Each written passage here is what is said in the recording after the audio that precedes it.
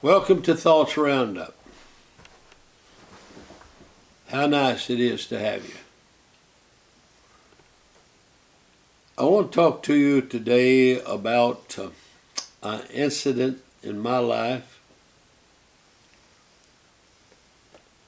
I found out that I had some problems with my back. And I got to the place that I couldn't operate. I couldn't go, and I was pastor of church. And finally I went to one of the greatest physicians in the Southwest. And he was examining me, and I said, "Sir, if I need an operation, I want it right now." I said, "I'll roll over on this bed and you start. Because it hurts me and I can't do anything and my life is through. I can't." He said, "I wouldn't touch you for $1 million. I had deterioration of the spine." Well, I kept with a back brace, and I preached camps, retreats, and so forth. But no one will ever know what it cost me as physically to do it. One time I was in an airport, and I was sitting in a wheelchair waiting for someone to roll me to where I was going. And I heard Brother Tenney's voice behind me as I started moving say, "Where are we going, OC?" And he rolled me. That's the way it was. And so I went to up in Tennessee, and I went to a conference one afternoon. Now, I got to tell you, it was a dead, dry, dull, boring service.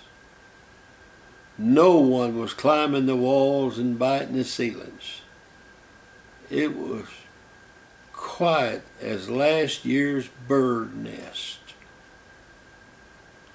And I had sinus problems on top of all of that, and there was no air conditioning. And I was sitting on the back row, back seat, and Brother Russell was preaching. And of all the miracles that he had had in his life, books have been written about Brother Russell. But of all the miracles he had, that was the dullest sermon I believe I've heard in a long, long time. It was just dry and dull. And I was half asleep on the back row. And all of a sudden, he stops and he says, "Everyone that needs prayer, come up here." Well, it was my custom to go be prayed for, so I got up and I started up, and all of a sudden I said to myself, "You don't feel anything. What are you going for?"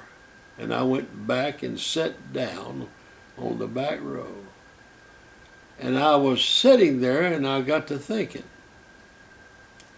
now what have you got to lose? And so I got up and I went up to the front, and Brother Russell put one hand on my head and the other my back, and he said, "God, heal Brother Marler's back in Jesus' name." And I just felt something flutter across. Now, I could have talked myself out of it. It was so light. But I felt like God had done something. But I made a point of not saying anything because I didn't want to say I'd been healed, and then I hadn't. Well, the next day, I knew I was better. I knew I was better. But I wasn't ready to proclaim it.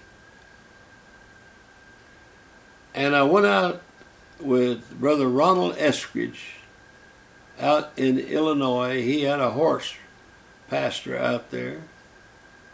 And he was taking a 400-pound iron gate down. And he said, Brother Marler, I don't expect you to lift this, but just put your hand on it, steady it. He said, just keep it from falling. Well, all of a sudden it started slipping, and I thought it was going to fall on him.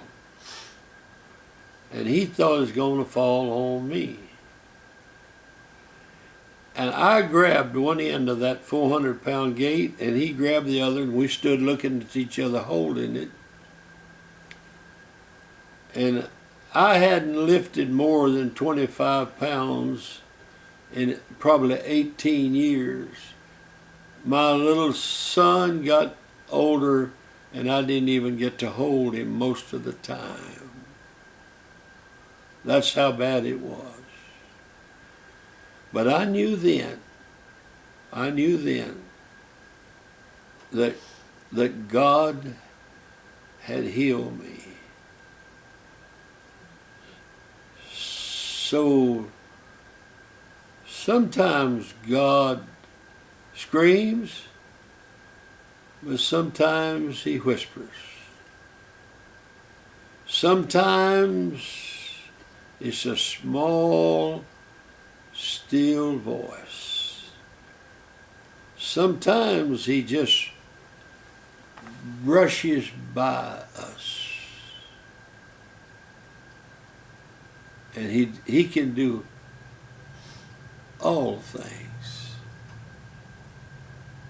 when he gets ready. Maybe it's good that I told you about it today. Maybe if the lightning's not flashing and the thunder's not rolling, maybe just there at the altar with your hands lifted, or back there on the back seat, you just feel the touch of God. Thank you.